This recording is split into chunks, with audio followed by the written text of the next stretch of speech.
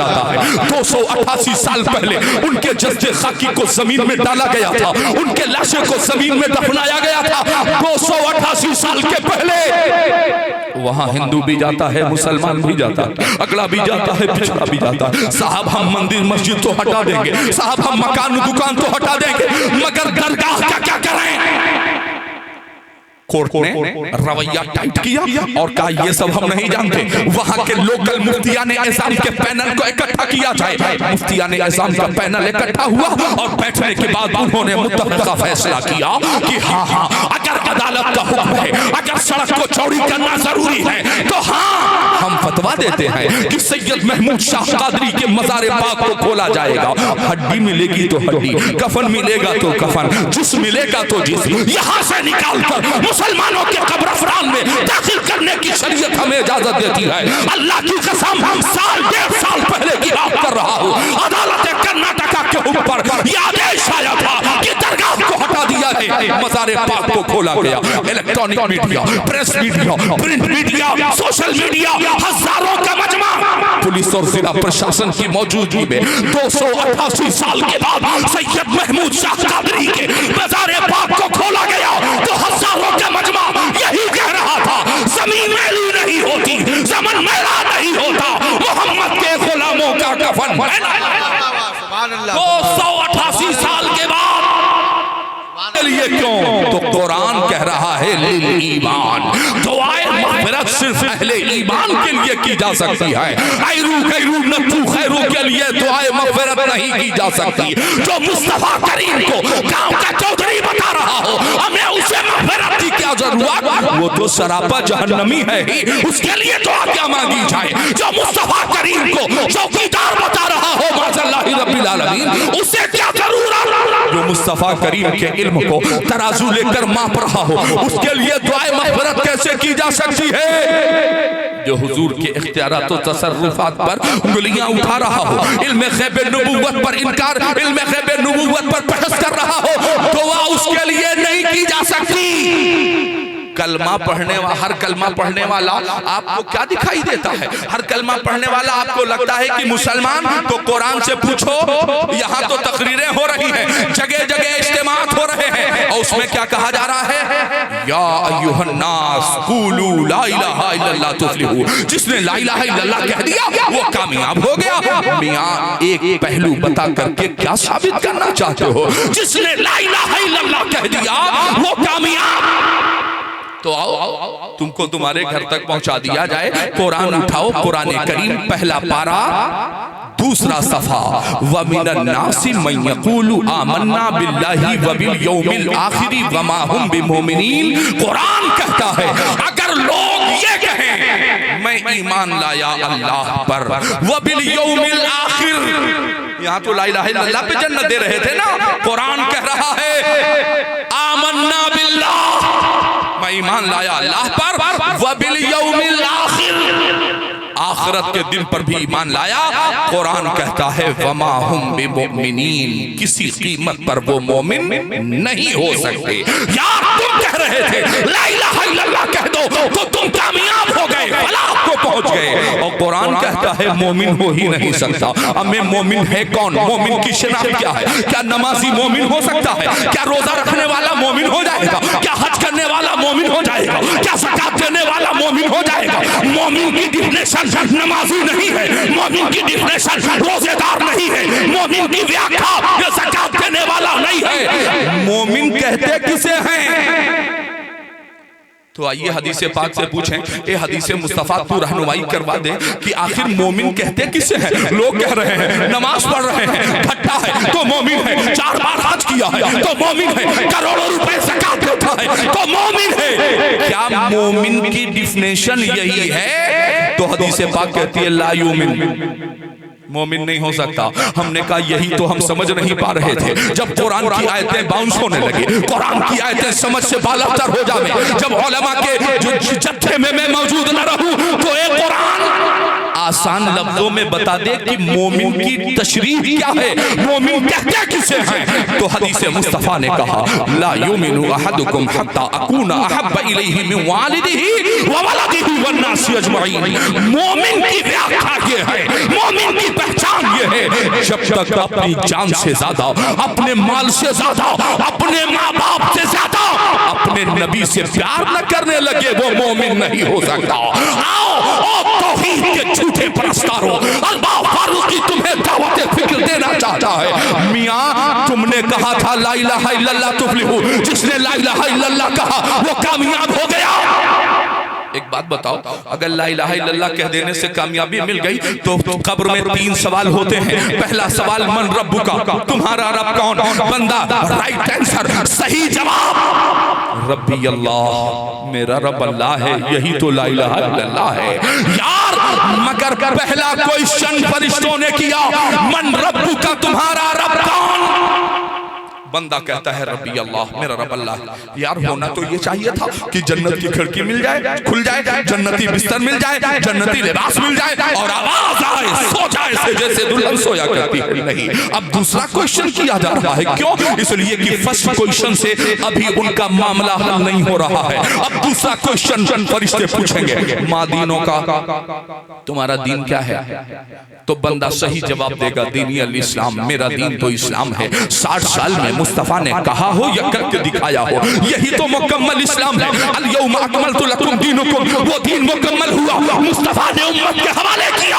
यार उस पर हमारा ईमान है, मलाइका पर ईमान है, फरिश्तों पर ईमान है, अंबिया पर ईमान है, रसूलों पर ईमान है, किताब पर ईमान है, बिन देखे अल्लाह पर ईमान है, बिन देखे जन्नत और जहन्नम पर हमारा ईमान है, ईमान है। अब ईमानदारी से बताओ, बंदा जवाब देता है दीनी अल इस्लाम, मेरा दीन तो इस्लाम है।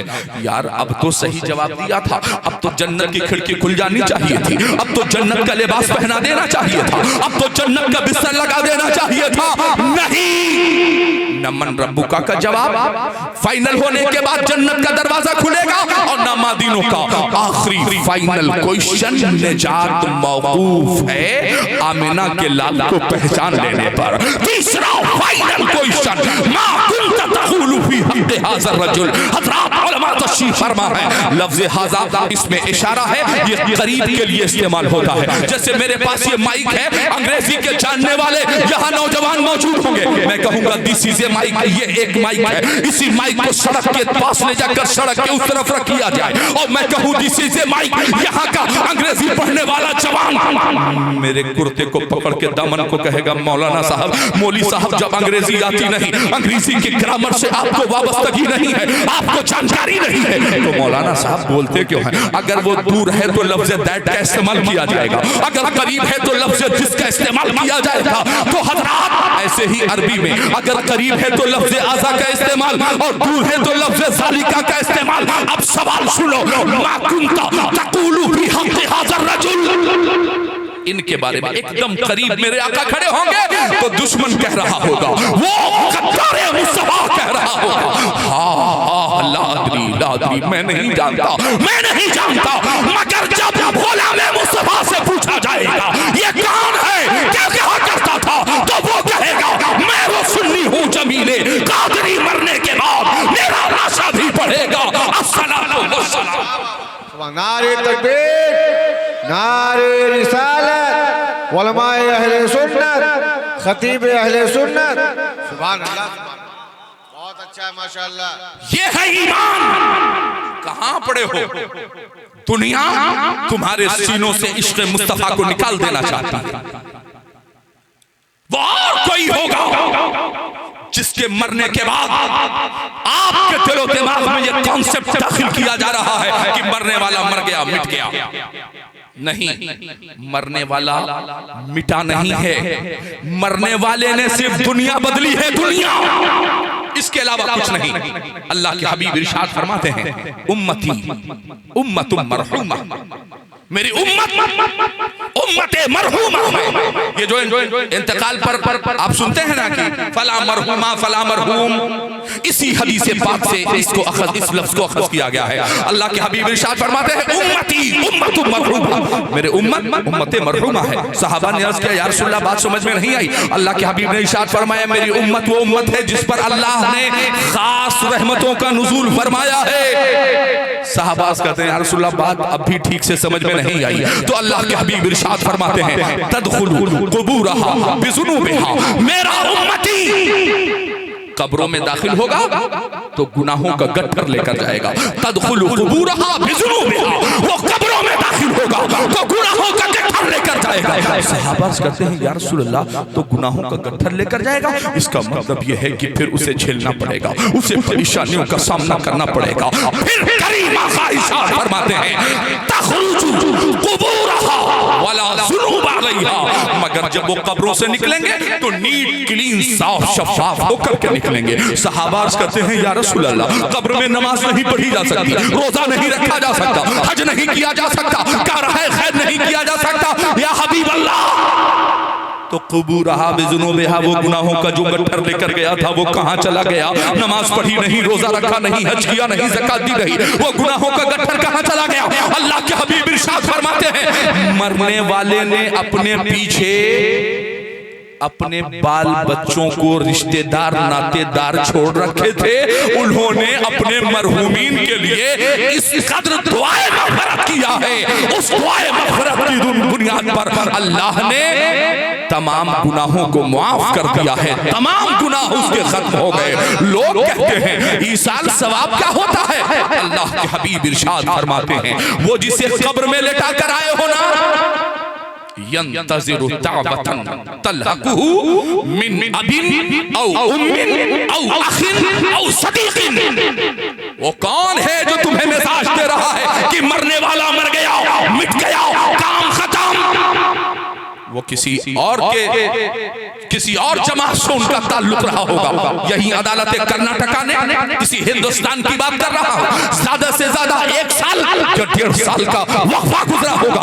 अदालत कर्नाटका ने कहा था सड़क चौड़ी कर दी जाए, पुलिस प्रशासन जिला प्रशासन खड़ा हो गया, कहा ठीक है अदालत का हुक्म है, जाम लगता है, सड़क को चौड़ी कर दिया जाए। कहा साहब मगर मकान है, कहा तोड़ दो, कहा दुकान है, कहा हटा दो, कहा मंदिर है, कहा हटा दो, कहा मस्जिद है, कहा हटा दो, कहा साहब लबे रोड एक दरगाह भी है 288 साल के पहले जिसे सैयद महमूद शाह कादरी के नाम से जाना जाता है।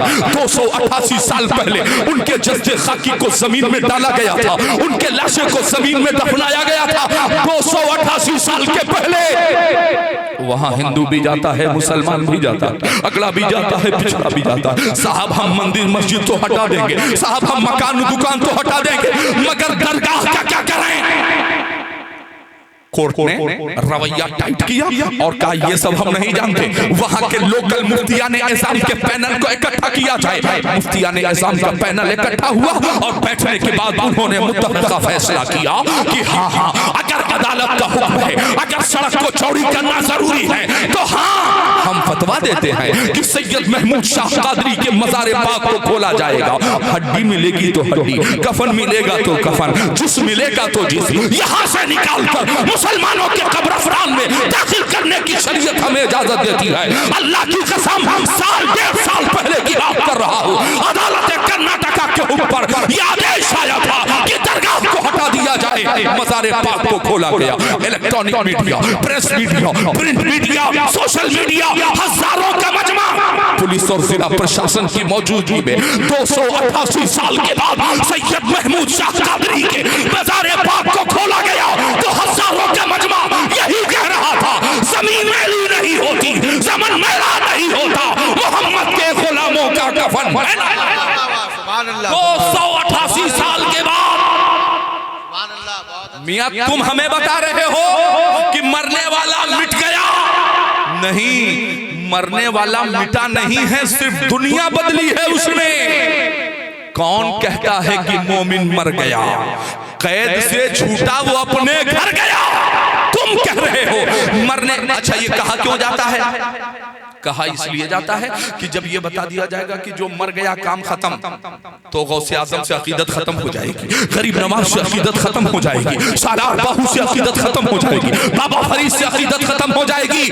मियां हद तो ये है कि मज़ारे मुस्तफा से भी तुम्हारी अकीदत खत्म हो जाएगी। जमाना ये जानता है कि जब तक तुम्हारे सीनों में इश्क़ मुस्तफा का चिराग चल रहा है तब तक तुम जिंदा हो। इश्क़ मुस्तफा का चिराग गुल हुआ तो मारना नहीं पड़ेगा, खुद ही मर जाओगे। जो कौम अपने बुजुर्गों की तारीखों को फरामोश कर देती है, कौम भी ऐसे अफराद अशखास को सीने से निकाल कर फेंक देती है। हज़रात, हमसे कहा जा रहा है मरने वाला मर गया, मिट गया।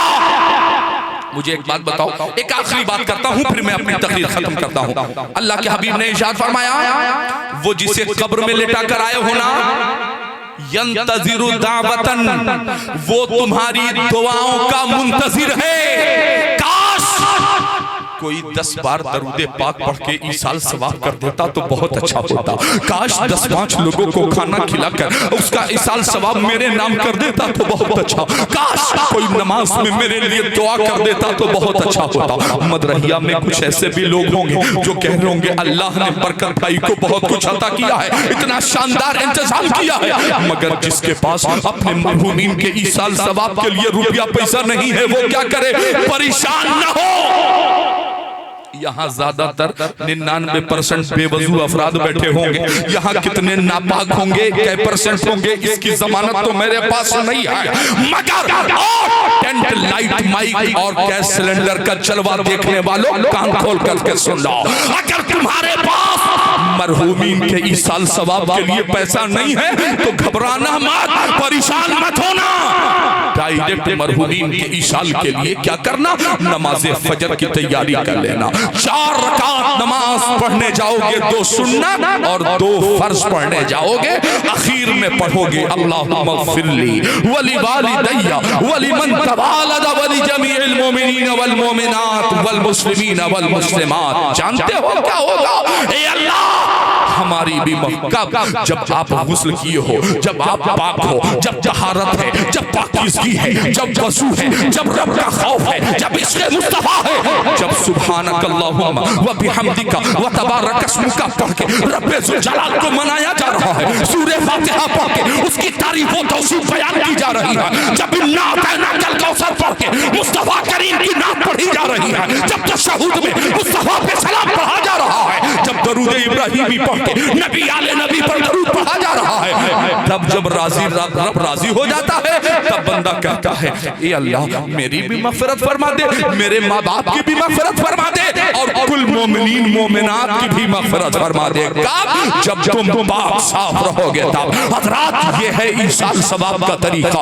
अगर चाहो तो दिन भर में 5 मरतबा अपने मरहूमीन को पाकीज़गी के साथ ईसाल सवाब कर सकते हो। हज़रात, ज़माना ये कह रहा है कि मरने वाला मिट गया। अल्लामा इकबाल का नाम सुना है? शायरी मशीद अल्लामा इकबाल को सुनो। अल्लामा इकबाल से लोगों ने पूछा था, अल्लामा आपके पड़ोस में हम भी रहते हैं, कलम हम भी चलाते हैं, कागज का इस्तेमाल हम भी करते हैं, अल्लामा दिन रात शेर व शायरी लिख लिख के थक जाते हैं, पड़ोस के लोग नहीं जान पाते, और आप जैसे ही कलम उठाते हैं पूरी दुनिया जान जाती है। अल्लामा क्या बात है? काश ये नौजवान मेरी बात को सुन पाता। अल्लामा इकबाल के जुमले सुनिए। अल्लामा इकबाल ने कहा था कि मैं ऑक्सफोर्ड यूनिवर्सिटी का तालिबे इल्म बाद में हूँ, मेरी माँ ने इश्क़ रिसालत की घुट्टियाँ बचपन से पिलाई हैं, पहले गुलाम मुस्तफा बनाया है, बाद में ऑक्सफोर्ड यूनिवर्सिटी भेजा है। और सुनो, मेरी शायरी को पूरी दुनिया में पढ़ा क्यों जाता है? सुन लो, सुबह उठता हूँ जब तक 3000 मरतबा आमिना के लाल पे दरूद नहीं पढ़ लेता दुनिया का कोई काम नहीं करता हूँ। 3000 मरतबा आमिना के लाल पर दरूद पढ़ता हूँ। हज़रात, जानते हो जिसने दूर से देखा, मिस्र से देखा, उसने कहा था बलगल उला बिकमालिही कशफत तुजा बिजमालिही। जिसने बरेली से देखा उसने कहा तेरे तो वस्फ़े बेतनाही से है बरी। हैरान हूँ मेरे शाह में क्या क्या कहूँ तुझे। देखे। जिसने कानपुर से देखा उसने कहा मुस्तफा आपके जैसा कोई आया ही नहीं, आता भी कैसे जब अल्लाह ने बनाया ही नहीं। और जिसने मस्जिद नबवी में माथे की निगाहों से देखा उसने कहा था व अहसनु मिन कलम तरक़तु ऐनी व अजमलु मिन कलम तलिद निसाओ खुलिक़त मुबर्रअन मिन कुल्ली ऐबिन कअन्नका क़द खुलिक़त कमा तशा। यही बोले सिदरा वाले चमने जहां के थाले सभी मैंने छान डाले, या रसूल अल्लाह तेरे पाए का न पाया। सुनो अल्लामा इकबाल को बयान कर रहा था मैं, अल्लामा इकबाल ने दावा किया, दावा सुनो तकरीर खत्म। अल्लामा इकबाल ने कहा था कि मेरा मानना यह है एक बार जो पैदा हो गया वो फिर मरता कभी नहीं। एक बार पैदा हो गया फिर वो मरता कभी नहीं। लोगों ने कहा अल्लामा क्या कह रहे हैं, हम दफन करते हैं, हम कफन पहनाते हैं, हम ले जाते हैं कब्रिस्तान, और आप कहते हैं कि एक बार जो पैदा हो गया वो मरता ही नहीं कभी। अल्लामा इकबाल ने कहा था हाँ जरा करीब आ जाओ। जानते हो इस दुनिया में आने से पहले हम किस दुनिया में थे? लोगों ने पूछा हुजूर वाला कहाँ थे? तो तारीख बताती है इस दुनिया में आने से पहले रूहों की दुनिया में हम थे, आलमे अरवाह में। आलमे अरवाह, आलमे अरवाह से हमारा सफर शुरू होता है। सफर शुरू हुआ, अब दुनिया में आने का नाम है विलादत, मौलूद, बर्थ, पैदाइश, जन्म। दुनिया में आए तो लोगों ने कहा साहब आज हमारे घर में नौमौलूद बच्चा तशरीफ लाया है, आज पुत्र रत्न की प्राप्ति हुई है। क्या साहब आज हमारे घर में छोटा सा बच्चा पैदा हुआ है। आलमे अरवाह से ज़हनों को हाजिर कीजिएगा, हम मरे नहीं, आलमे अरवाह से सफर शुरू हुआ, दुनिया में आए विलादत के रास्ते से। इस दुनिया को कहा जाता है आलमे शहादत। आलमे अरवाह से चले आलमे शहादत में 60 साल 6 मिनट 6 सेकंड 160 साल जब तक दुनिया में जिंदगी लिखी है हमारी सांसें चल रही है। अरवाह से चले शहादत में, शहादत से जाएंगे, मौत एक बहाना है, दुनिया से ट्रांसफर करने का नाम है मौत। अरवाह से चले शहादत, शहादत से चले बरज़ख। अब हजारों साल तक जब तक मेरा रब चाहेगा हम बरज़खी जिंदगी में रहेंगे। वो भी एक दुनिया है। आलम में बरज़ख के बाद भी एक आलम है, उस आलम का नाम क्या है? आलम हश्र, जिसका कुरान कहता है जिसका एक दिन 50,000 साल के बराबर होगा। सूरज सवा नेज़े पर होगा, ज़मीन ताबे की होगी, लोग नफ्सी नफ्सी की आलम में घूम रहे होंगे। हर नबी हर पैगंबर इज़हबू इला गैरी कह रहा होगा, सिर्फ आमिना के लाल अना लहा कह रहे होंगे। तो फिर से सफर याद कीजिए, हम लगातार सफर में हैं। अरवाह से चले शहादत, शहादत से चले बरज़ख, बरज़ख से चले आलम हश्र में हिसाब किताब हुआ। उस दुनिया के बाद भी एक दुनिया है जिसे यह आलम जन्नत कहा जाता है, यह आलम जहन्नम कहा जाता है। अब वहां मौत को मौत आएगी, मौत को कत्ल कर दिया जाएगा, फिर वहां किसी को मौत नहीं आनी। अब जरा दूसरा कॉन्सेप्ट अपने ज़हनों को हाजिर कीजिएगा। यहां कहा जा रहा है मरने वाला मिट गया, काम खत्म, न फातिहा न दरूद, मर गया मरदूद, कोई काम नहीं। हमने कहा ठीक है आओ चलते हैं मुंबई के इलाकों में, या अक्सर झारखंड या उत्तराखंड के इलाकों में, या आपके इसी बगल कुशीनगर देवरिया, या आपके इसी तुलसीपुर के अगल बगल में जाकर के इंटीरियर और कई इलाकों में जाकर के देख लीजिए, आज भी लोगों के पास साफ पानी पीने के लिए मौजूद नहीं है। आप नाला सुपारा, वसई और विरार इलाकों में, पसमानदा इलाकों में, या मुंबई के उन नए इलाकों में इंटीरियर्स में जाकर के देखिए, आज भी बेटियां अपने सरों पे मिट्टी के गगरे लेकर, मर्द अपने हाथों में कैलन लेकर के खड़े हैं। पानी आ जाए तो मैं टाइम से पानी भर लूंगा, वरना पानी मेरे पीने के लिए नहीं रहेगा। जब पानी वहां का खत्म तो टैंकर से पानी पहुंचाया जा रहा है। आज भी टैंकरों से वहां पानी पहुंचाया जा रहा है। हज़रात, जहां जिंदों को पीने के लिए ठीक से पानी मैसर नहीं है, वहां उन इलाकों में अगर किसी की मौत हो जाती है तो 8 बाल्टी पानी से उसे नहलाया जा रहा है। ईमानदारी से ज़हनों को हाजिर कीजिएगा, 8 बाल्टी पानी से मुर्दे को नहलाया जा रहा है। जहां पीने के लिए पानी नहीं, भैया जब मरने वाला मर गया था एक आध लोटे में पोंछ पाछ के इधर उधर से ले जाके बढ़िया से फिट कर देते। यार जब पानी है ही नहीं तो 8 बाल्टी पानी से क्यों? अच्छा जब पानी गर्म किया जाने लगा तो बड़े बूढ़े आएंगे और कहेंगे देखो भाई शीत गर्म पानी रखना, अपनी जुबान में शीत गर्म पानी। कहा कितना गर्म? कहा जितना जिंदगी में हम बर्दाश्त कर सकते हैं उतना ही गर्म पानी मुर्दे के जिस पर भी डालना। मियां जब मरने वाला मर गया तो उसे खलते हुए तेल में डाल दो, क्या मतलब? नीम गर्म पानी का है वो भैया। फिर 8 बाल्टी पानी से नहलाया, बैरी का पत्ता डाला और नीम गर्म पानी से नहलाया। और नहलाने के बाद आवाज आई, ए भैया गुड्डू कहाँ हो? कफन लाओ जल्दी कफन। यार जिस कपड़े में है उस कपड़े में क्यों नहीं दफना देते? आज भी झारखंड इलाके में या इंटीरियर इलाकों में जाकर देख लीजिए, समाज में बेटियों के पास ओढ़ने के लिए ठीक से दुपट्टा मौजूद नहीं है। जब समाज में जिंदों के लिए कपड़ा नहीं है तो मरने वाले को 16 मीटर का चमचमाता हुआ कफन देने की क्या जरूरत? अब आप में से कोई व्हाइट कपड़ा पहने और जमीन पर बैठ जाए और घर जाए तो या माँ बोलेगी या बीवी बोलेगी या बहन, भैया जब सफेद सफेद पहने थे जमीन पर काहे को बैठ गए, मिट्टी लग गई। हफीज जालंधरी ने कहा था कि जहां कतरे को तरसाया गया हूं वहीं डूबा हुआ पाया गया हूं। सुपुर्दे खाक ही करना था मुझको तो फिर काहे को नहलाया गया हूं? यार मिट्टी ही में दफन करना था तो नहलाने की क्या जरूरत थी? अच्छा 16 मीटर का चमचमाता हुआ कफन लिया और उसे पहनाया। अब आवाज आ रही है, लाओ लाओ खुशबू लाओ, जन्नतुल फिरदौस लाओ।